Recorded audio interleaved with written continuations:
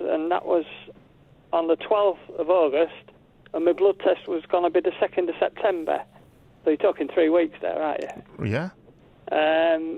So I wasn't happy. That was on the Wednesday, the 12th, and then so I decided to ring them back on the Friday, at which the receptionist said, well, we can't get you in for another, week, fortnight. So I took myself to A&E, and the doctor consultant or whatever there said, it's a good job you come in, sir. It could be something serious, and that's how it got the ball rolling, really, And what did they find at A&E then? Well, they did, down the throat tubes and things like that, and they referred us on to Castle Hill. And to be fair, they was really good. Everything's been brilliant with them, to be honest. But I just don't understand why the GPs aren't working. They paid enough to take the risk. My daughter, who worked in a shop, she was on just above minimum wage, and they was having to take the risk. And GPs are taking the risk, and yet the surgeons and nurses and that are. So I just don't know the reason why they aren't seeing people. What did they say the lump was in the end? Well, in the end, it was neck cancer, and it was my tonsil. They took that out, and also a big, I'm left rather looking like Frankenstein, I had to have 20 staples in, and a big layer took out my neck as well, and that's ongoing with probably radiotherapy and chemo as well. So, but you're all right. I mean, if you'd have seen me straight away, Dave, within a couple of days, like they used to, you could have looked at it, felt it maybe, and got the ball rolling even quicker. And I dare say there's people missing out on serious illness diagnosis because of this. Well, there seems to be a perception that people are missing out, and the doctor I talked to yesterday, who's trying to get people right across our region to go for cancer checks and things like that, couldn't sort of say with any great certainty. I mean, the message is go to your GP first, but he couldn't answer my question with any great certainty, saying people were getting in to see their GP. Though Jane in Grimsby says she's no problems. I'll read hers out in a minute. Let's talk to Mike Holmes, the Vice Chair of the Royal College of General Practitioners, joins us on the Burnsy Show this morning. Mike, thank you very much for your time. Morning to you. Is it a problem? So it's really difficult to hear stories like we've just heard, Dave. I think none of us as healthcare professionals want to hear stories where people have had delayed diagnoses. But and I think the other thing we have to recognise is that this whole pandemic period has been difficult, it's new and it's challenging. But what I can say is that general practice has been open throughout, and I think, I would counter any coverage that says that general practice is closed or GPs are not working. We've changed the way we work, and we've done that for good reason, both to protect patients and protect staff. And actually, let's be honest, we're following government advice. We've changed the access to remote consultations via telephone or video. But it's also important to say that essential services have continued, such as childhood vaccinations, and we've never been completely remote. So data from my own practice at Haxby Group, which is in Hull, we've been seeing about 20 to 25% of our urgent contacts face-to-face after review on the telephone or video. And, what I can also tell you is that since at the beginning of the pandemic, there was a drop-off in the number of routine consultations that we were offering following advice. But very, very quickly, that started to pick up from the middle of April. And it's been a constant rise ever since. And actually now we're busier in general practice than we were last January in the middle of winter pre-COVID. So we are working really hard. Our colleagues are giving everything they can to the pandemic and to the service we deliver to the public. There is a perception that you and I can understand it, but there is a perception that you can maybe get to a practice nurse or somebody else working at the health centre, but getting an actual GP is really difficult.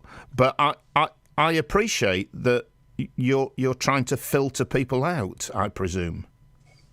Well, I think that is a perception, and I think that's exactly what it is there. We're trying to make sure we give the right treatment to the right patient, and that's really difficult in a time like this. And it's not helped by the media coverage. The NHS England message a few weeks ago about GPs not seeing people face-to-face had a significant impact on the front line. We saw a huge surge in activity. And that's problematic because, remember, the people who work in GP surgeries, the receptionists, the admin teams, the nurses, the doctors, they're human beings too. And I saw people in tears that week because they couldn't cope with the demand that had come as a consequence of the messaging. So these people that work in our surgeries, they are human. They're wearing PPE. They are putting themselves at risk. And they're all people with families and lives like every single one of us. So we just have to bear that in mind. We're not asking for sympathy here. What we're asking for is empathy, understanding. We're about to face a second wave. We're in the middle of it already. We're facing a really, really difficult winter for the public and for the staff, both in general practice and in hospital. Yeah, I see these guys day in, day out go and give their all. They're doing an amazing job. And the proof is there to see if we look for it. We're in the middle of delivering actually the largest flu campaign in history. And general practice is right at the heart of that. They're doing a good job. They need our support, and we need to work together with the whole of the health and social care system and our public. Did you say that pressure on GPs came from Public Health England? Well, it came out of the centre. There was a message from NHS England talking about, GPs aren't seeing people face to face when their own data actually tells them that they are. GPs at the moment are delivering 400,000 face-to-face consultations every day in the UK.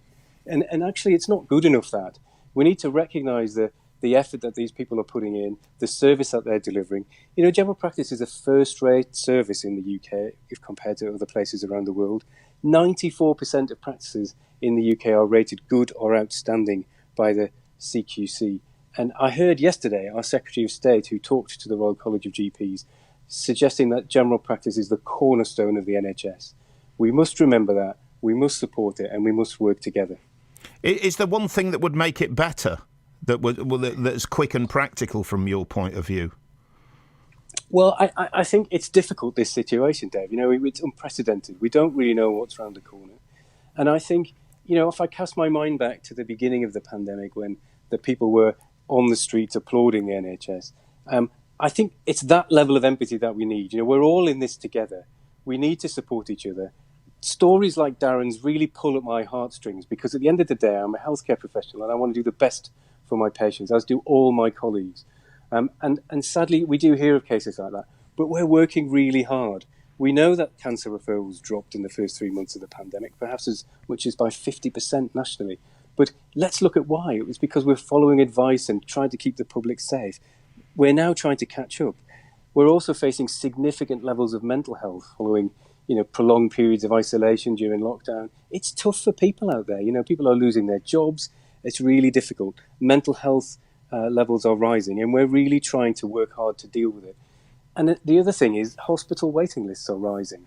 And it's a big problem. And we need to be part of the solution. And what I've seen locally in Hull and in York, and actually around the country, is that general practice, the hospitals, our local authorities, they're really working together to try and find solutions to this. We know it's difficult and we know it's not ideal, but together, by working together as a community, we'll find the solutions.